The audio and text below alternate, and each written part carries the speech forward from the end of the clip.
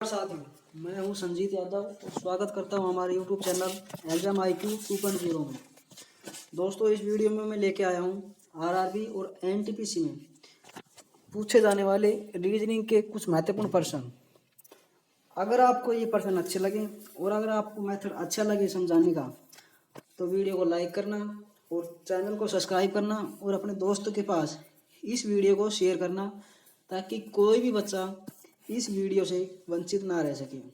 ये प्रश्न वो प्रश्न लिए हैं मैंने जो आरआरबी और एनटीपीसी या एसएससी सीजीएल में बार बार पूछे गए हैं। ये प्रश्न तुम्हारा फर्स्ट प्रश्न है कि दिए गए विकल्पों में से विषम शब्द चुनिए। हमें 4 शब्द दिए गए हैं, उनमें से हमें वह शब्द चुनना है जो 3 तो सेम है और एक डिफरेंट है। इन तीनों में से कि एक शब्द गलत है और 3 सही है। 3 एक जैसे शब्द हैं और चौथा अलग है। तो हम ऑप्शन देखते हैं पहले कि बाघ है, डॉल्फिन है, जेब्रा है और मगरमच्छ है। अब हमें ये चारों ऑप्शनों को ध्यान से देखना है और हमें पता लगाना है कि इन चारों जानवरों में कौन सा एक ऐसा जानवर है जिनकी 3 की तो सिमिलरिटी है और एक अलग है। तो हम देखते हैं बाघ, डॉल्फिन, जेब्रा और मगरमच्छ। इन चारों में से बाघ और डॉल्फिन और जेब्रा, ये 3 जानवर ऐसे हैं जिन्हें हम स्तनपायी जानवर के नाम से जानते हैं। और लेकिन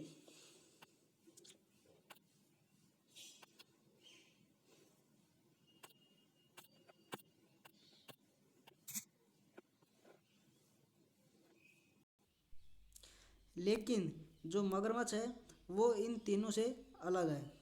तो अगर आपको यह वीडियो ये प्रश्न अच्छा लगा, समझाने का तरीका अच्छा लगा, तो इसे लाइक करना वीडियो को और अपने दोस्तों के पास शेयर करना। और हमारे चैनल पर अगर पहली बार हो, नए हो, तो इस चैनल को सब्सक्राइब करना।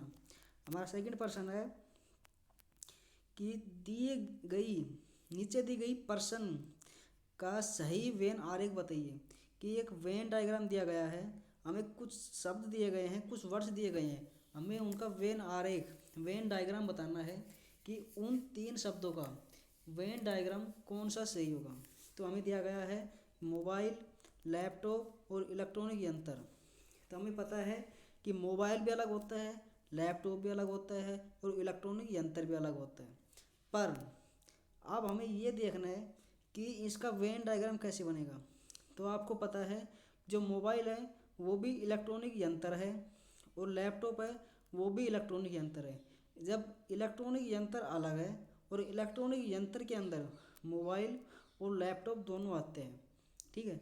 तो इसका वेन डायग्राम बनाने के लिए पहले बनाएंगे इलेक्ट्रॉनिक यंत्र, ठीक है। इलेक्ट्रॉनिक यंत्र का एक गोला बना लिया, उसके बाद उसमें एक मोबाइल बैठा दिया और उसके बाद एक लैपटॉप बैठा दिया। तो ये डायग्राम किस में है? ये ऑप्शन डी में है। तो इसका करेक्ट आंसर होगा डी, ठीक है। नेक्स्ट कि नीचे दी गई श्रृंखला में गलत संख्या ज्ञात कीजिए। नीचे कुछ वर्ड शब्द वो नंबर दिए गए हैं, उनमें से वह नंबर चुनना है जो बाकी नंबरों से अलग है, जो बाकी नंबरों से गलत है। कि अब हमें आप इन नंबर को देखते हैं कि नंबर क्या है। 8, 16, 24, 40, 62, 104, 168।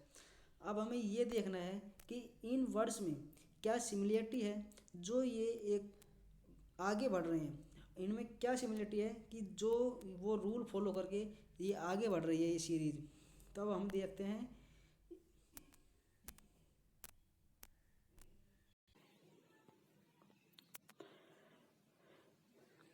तो अब हमें इसमें देखना है कि 8, 16, 24, 40, 62, 104, 168। अब 8 और 16, 8 से 16 तक जाएंगे तो हमें इसमें 8 बढ़ रहे हैं और 16 से 24 तक जाएंगे इसमें भी 8 बढ़ रहे हैं। अब 16 से 24 तक जाएंगे तो इसमें भी 8 बढ़ रहे हैं। अब 24 से 40 तक जाएंगे तो इसमें 16 बढ़ रहे हैं और 40 से 62 तक जाएंगे तो इसमें 22 बढ़ रहे हैं और 22 64 से इसमें 104 तक जाएंगे तो ये बढ़ रहे हैं 42, ठीक है। और 104 से 168 तक जाएंगे तो ये बढ़ रहे हैं 64, ठीक है। अब देख लिया हमें कि इसमें पहले 8 बढ़ रहे हैं, फिर 8 बढ़ रहे हैं, फिर 16, फिर 22, फिर 42 और फिर 64। इसमें ये तो कोई फॉर्मूला निकला नहीं अच्छे से। तो अब हमें इसे दूसरे तरीके से सोचना पड़ेगा कि हम इसे क्या करें कि जो हमें ये पता लग जाए कि इसमें से कौन सा नंबर है वो गलत है। अब हम ये देखते हैं कि जो हमें नंबर दिया गया है उसके पीछे वाले दो शब्द को अगर हम जोड़ते हैं तो क्या वो तीसरा शब्द आ रहा है। तो अगर हम 8 और 16 को जोड़ें तो 24 आ रहा है, हाँ सही है जी। अब 40 कैसे आएगा, 16 और 24 को जोड़ें तो हाँ सही है 40 आएगा। अब 62 है, वो 40 और 24 को जोड़ें तो ये आएगा 64। तो क्या हम 64 और 40 को जोड़ें तो 104 आएगा, हाँ सही है। 64 और 40 को जोड़ें तो 104 आएगा। अब 104 और 64 को जोड़ें तो 168 आएगा। तो जो गलत संख्या है वो है 62। 62 की जगह क्या आएगा, 64 आना चाहिए। तो correct answer A, 62 number is गलत।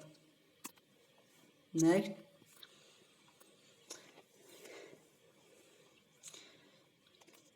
आगे दिया गया है यदि किसी महीने की 5 तारीख को मंगलवार पड़ती है, ठीक है, यदि किसी महीने की 5 तारीख को मंगलवार पड़ती है तो उसी महीने की 15-25 तारीख के 5 दिन पहले कौन सा दिन होगा। अब इसमें ये पूछा गया है कि यदि किसी महीने की 5 तारीख को मंगलवार पड़ता है, यदि किसी महीना है, कोई भी महीना हो, कोई भी मंथ हो, उसकी 5 तारीख को मंगलवार पड़ता है तो इसी महीने की 25 तारीख के 5 दिन पहले कौन सा दिन पड़ेगा। तो 25 तारीख के 5 दिन पहले मतलब 20 तारीख से हमें पूछा गया है कि 20 तारीख को कौन सा दिन होगा। तो अभी 5 को, अब हम देखते हैं 5 तारीख को मंगलवार है, ठीक है। अब 5 के बाद हम 7 जोड़ें तो 12 को मंगलवार पड़ेगा, ठीक है। उसके बाद अब 7 जोड़ें तो 19 को मंगलवार पड़ेगा, ठीक है। तो अब हमें पूछा किसके गया है कि 25 में से 5 दिन पहले मतलब 20 तारीख का पूछा गया है। तो अगर 19 तारीख को मंगलवार पड़ रहा है तो 20 तारीख को क्या पड़ेगा, बुधवार पड़ेगा, ठीक है। अरे ये किस ऑप्शन में दिया गया है, ये ऑप्शन डी के अंदर दिया गया है कि 20 तारीख को बुधवार पड़ेगा, ठीक है। The correct answer is D, बुधवार।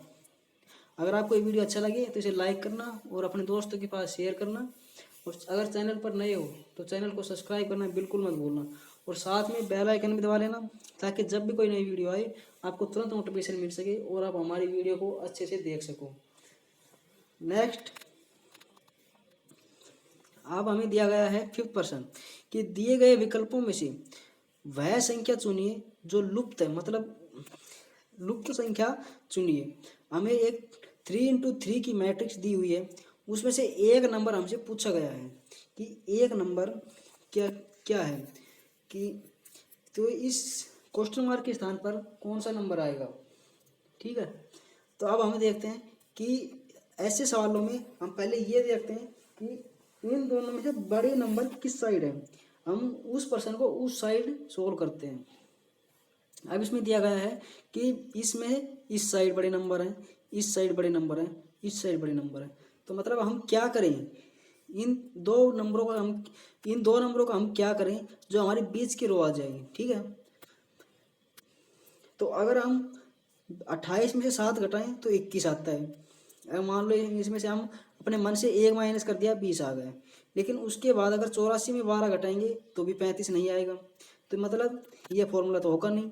अब हमें क्या करना है, मान लो 28 के अंदर हम 7 से भाग देते हैं, ठीक है, तो 4 आएगा, और 4 को गुणा 5 कर दें तो 20 आ जाएगा, ठीक है। और इसी प्रकार अगर 84 को 12 से भाग दें तो 7 आएगा, अगर 7 को गुणा कर दें 5 से तो 7 पंजू 35, यहाँ ये भी आ गया, सही है।